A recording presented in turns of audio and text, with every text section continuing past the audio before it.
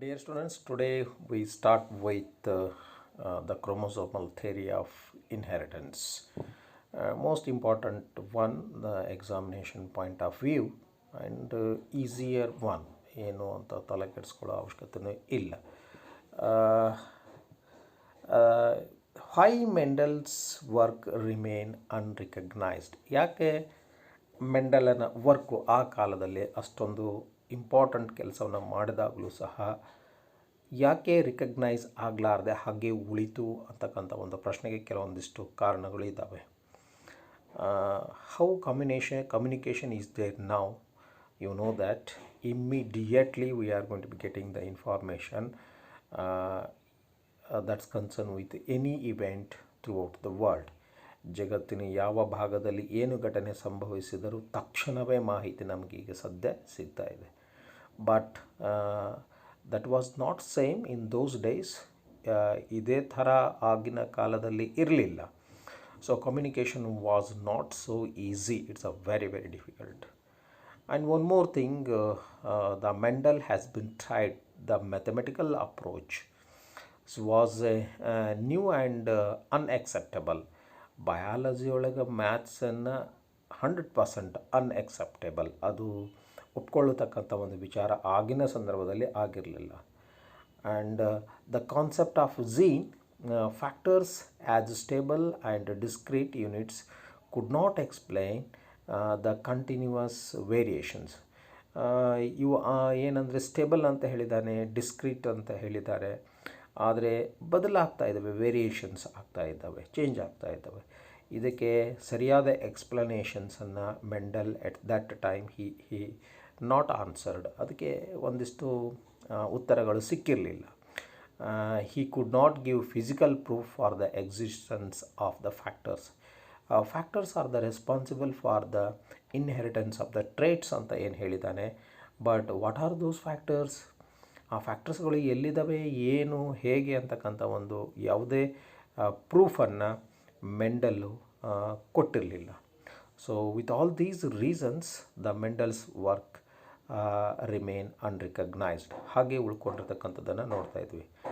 But in 1900 these three peoples, Veris, Correns and Stechermark, independently they rediscovers the Mendel results, and they are going to be agreeing that what Mendel has been given, everything is the right. And afterwards only Mendel has been awarded. ಅದಾದ ನಂತರವೇ ಮೆಂಡಲ್ಗೆ award ಆಗ್ತದೆ. And he is known as a father of the genetics. ನಾವು ಹಾಗಾಗಿ ಅವನ್ನ ಆಮೇಲೆ ನಾವು ಜೆನೆಟಿಕ್ಸಿನ father ಅಂತ ಹೇಳಲಿಕ್ಕೆ ಶುರು ಮಾಡ್ತಾ ಇರ್ತಕ್ಕಂಥದ್ದು. ಏನು ಹೇಳ್ತಿದೆ ಕ್ರೋಮೋಸೋಮಲ್ ಥಿಯರಿ ಅಂತಂದರೆ, so this chromosomal theory was proposed by Walter Sutton and Theodor Boveri ಅಂತ ಹೇಳ್ತೀವಿ. In 1902 they are going to be explaining the chromosomal theory of inheritance. ಅಲ್ಲಿವರೆಗೆ ಕ್ರೋಮೋಸೋಮ್ಸ್ದ ಐಡಿಯಾ ಕಾನ್ಸೆಪ್ಟ್ಗಳು ಬಂದಿರಲಿಲ್ಲ.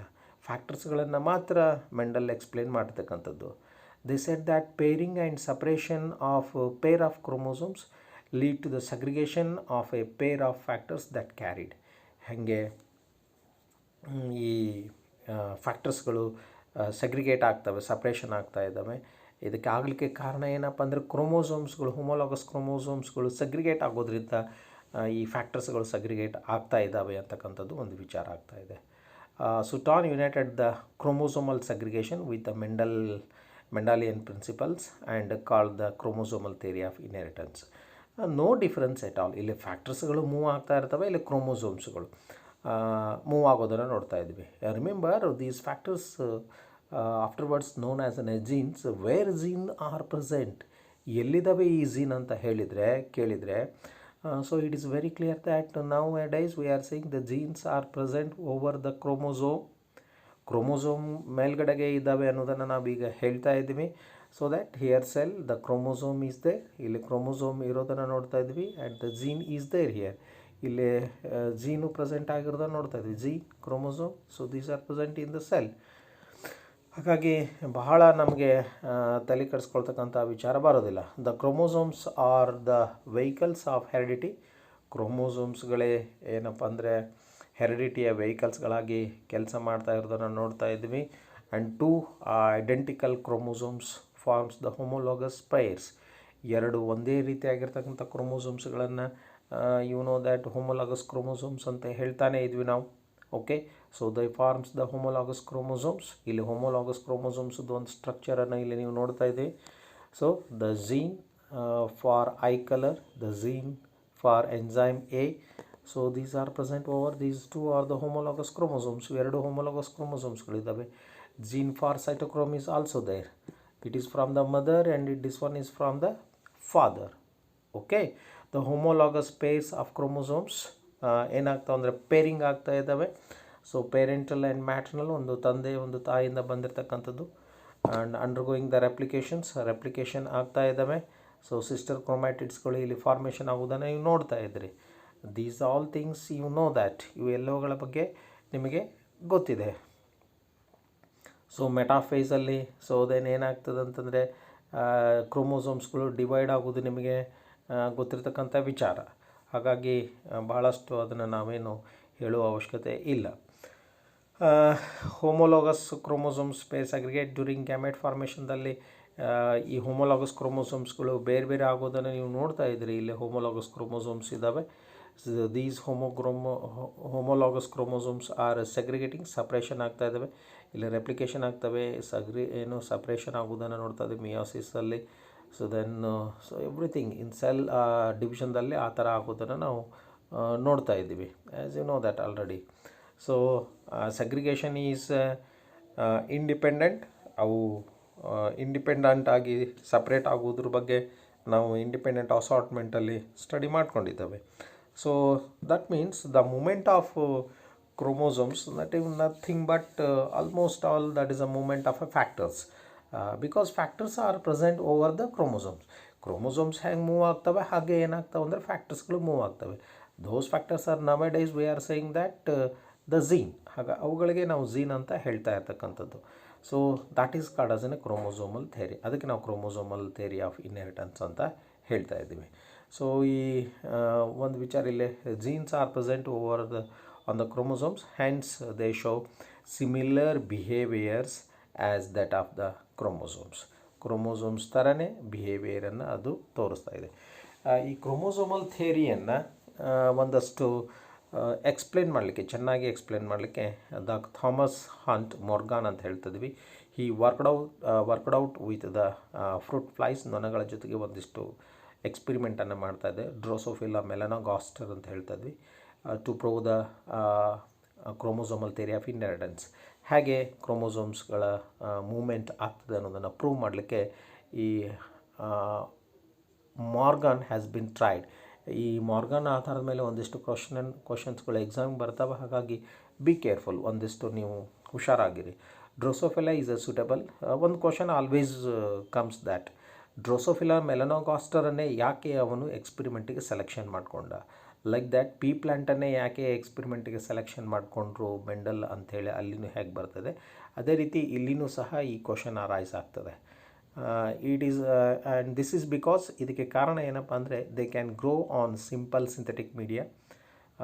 ಸಿಂಥೆಟಿಕ್ ಮೀಡಿಯಲ್ಲಿ ಇವುಗಳನ್ನು ಈಸಿಯಾಗಿ ನಾವು ಗ್ರೋತ್ ಮಾಡಲಿಕ್ಕೆ ಬರ್ತದೆ. ಹಾಗಾಗಿ ಈ selected and short generation time ಇದೆ. Life cycle completes within 15 days, ಒಂದು 15 ದಿವಸದೊಳಗೆ ಇದರ ಲೈಫ್ ಸೈಕಲ್ ಮುಗಿದು ಹೋಗ್ಬಿಡ್ತದೆ. ಹಾಗಾಗಿ ಎಕ್ಸ್ಪೆರಿಮೆಂಟು ಸ್ಪೀಡಾಗಿ ಮಾಡಲಿಕ್ಕೆ ಹೆಲ್ಪ್ಫುಲ್ ಆಗ್ತದೆ. Breeding can be done throughout the year. ಯಾವಾಗಾರ ನೀವು ಇವುಗಳನ್ನು ಸೀಸ್ನಲ್ ಅಲ್ಲ, ಯಾವಾಗಲಾದರೂ ಇವುಗಳನ್ನು ನಾವು ರಿಪ್ರೊಡಕ್ಷನ್ಸ್ಗೆ ಯೂಸ್ ಮಾಡ್ಕೋಬೋದಾಗಿದೆ. ಹಾಗಾಗಿ it's a very nice. Hundreds of progenies per meeting. ಒಂದು ಸಾರಿ ಮೀಟಿಂಗ್ ಏನೋ ಆಯಿತು ಅಂತಂದರೆ hundreds of progenies are getting offsprings, we are going to be getting that. And male and female female flies are easily distinguishable. ಅಂದರೆ ನಾವು sexual dimorphism ಅಂತ ಕರಿತೀವಿ.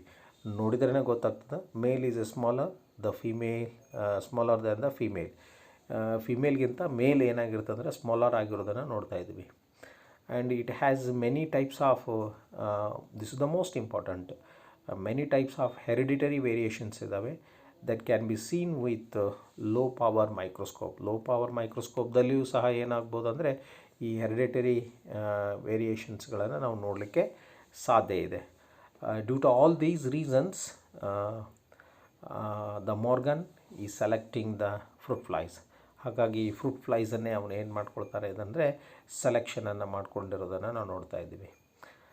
The concepts are the linkage and recombination. Linkage is the physical association of 2 or more genes on a chromosome. ಕ್ರೋಮೋಸೋಮಲ್ಲಿ 2 ಅಥವಾ 3 ಜಾಸ್ತಿ ಜೀನ್ಸ್ಗಳು physically association ಆಗಿರೋದನ್ನು ನಾವೇನಂತ ಕರಿತೀವಿ ಅಂದರೆ ಲಿಂಕೇಜ್ ಅಂತ ಕರಿತಾ ಇದ್ದೀವಿ. So linked genes do not show independent assortment. ಯಾವಾಗ ಈ 2 ಜೀನ್ಸ್ಗಳು ಲಿಂಕ್ಡ್ ಆಗಿರ್ತವೆ ಇವುಗಳು ಇಂಡಿಪೆಂಡೆಂಟ್ ಅಸಾರ್ಟ್ಮೆಂಟನ್ನು ತೋರಿಸೋದಿಲ್ಲ. Recombination is the generation of non parental gene combination. Recombination occurs due to independent assortment of crossing over. The Mendel has been made his experiments dihybrid cross to concern with the linkage and recombination. We will see now here how he has been done. The Morgan carried out several dihybrid crosses in Drosophila to study the sex-linked genes. One is very clear. Here we are now learning. So in the cross one, the yellow-bodied with white-eyed females are crossed with the brown-bodied and red-eyed males. So we say wild type. So then the alleles are small y, WW. So that is given here. In the cross 2, so he has been taken that white-eyed miniature winged, that is WWMM, the small m, and red-eyed with large winged. So we can say that the wild type, that is a WW small m. He has studied with these 2 examples. Morgan, he is going to be getting that the ratio of in F2 generation, it is deviated from the normal dihybrid cross of that Mendel's experiment. The 2 genes did not segregate independently and the F2 ratio deviated from the 9:3:3:1 ratio. Here genes were located on X chromosomes. When 2 genes were situated on same chromosomes, proportion of parental gene combination was much higher than the non-parental type. So this we are going to be saying that linkage. ಇದಕ್ಕೆ ನಾವೇನಂತ ಹೇಳ್ತೀವಿ ಅಂದರೆ linkage ಅಂತಕ್ಕಂಥ ಒಂದು ಹೆಸರನ್ನು ಇಲ್ಲಿ ನಾವು ಕೊಡ್ತಾ ಇದ್ದೀವಿ. A gene is the basic unit of heredity. Genes control various characteristics of an organism. In chromosomal theory of inheritance, we have already studied that genes are present on the chromosomes. If each organism has thousands of characteristics, it is clear that thousands of genes are present. Since organisms have more characteristics than the number of chromosomes, each chromosome must carry number of genes. All the genes present on the same chromosome are said to be linked and should be inherited together. So genes of white eye and yellow bodied were tightly linked and show only 1.3% of recombination. ಯಾವಾಗ tightly link ಆಗಿರ್ತವೆ ಜೀನ್ಸ್ಗಳು, ಹೀಗಾಗಿ ಅವುಗಳು ಸರಳವಾಗಿ separation ಆಗೋದಿಲ್ಲ, segregation ಆಗೋದಿಲ್ಲ. That is the problem. So genes of white eye and miniature wing were loosely linked and showed more percentage of recombination. So that is a 37.2% of recombination that has been shown. Then tightly linked genes show a low. So on the basis of this experiment, we can say that tightly linked genes show low recombination. The loosely linked genes shows highly recombination. So this is about conclusion regarding the experiment concern ಆಗಿ ಈ ಥರ ಒಂದು conclusion ನಮಗೆ ಸಿಗ್ತಾ ಇದೆ. Alfred Stewart Went used the recombination frequency between gene pairs of measuring the distance between genes and mapped their position on the chromosomes. As you know that the genes are present over the chromosomes ಮೇಲ್ಗಡೆಗೆ ಇರೋದು, ಇದೆಲ್ಲ ಮಾಹಿತಿ ನಿಮಗೆ ಗೊತ್ತಿರತಕ್ಕಂಥದ್ದು. So genetic maps are used as a starting point in the sequencing of the genomes. So very interesting the project is going on still today. So we say it's called as a human genome project. In that so this gene mapping is going to be very helpful. ಅಲ್ಲಿ ಬಹಳಷ್ಟು use ಆಗೋದನ್ನು ನಾವು ನೋಡ್ತಾ ಇದ್ದೀವಿ.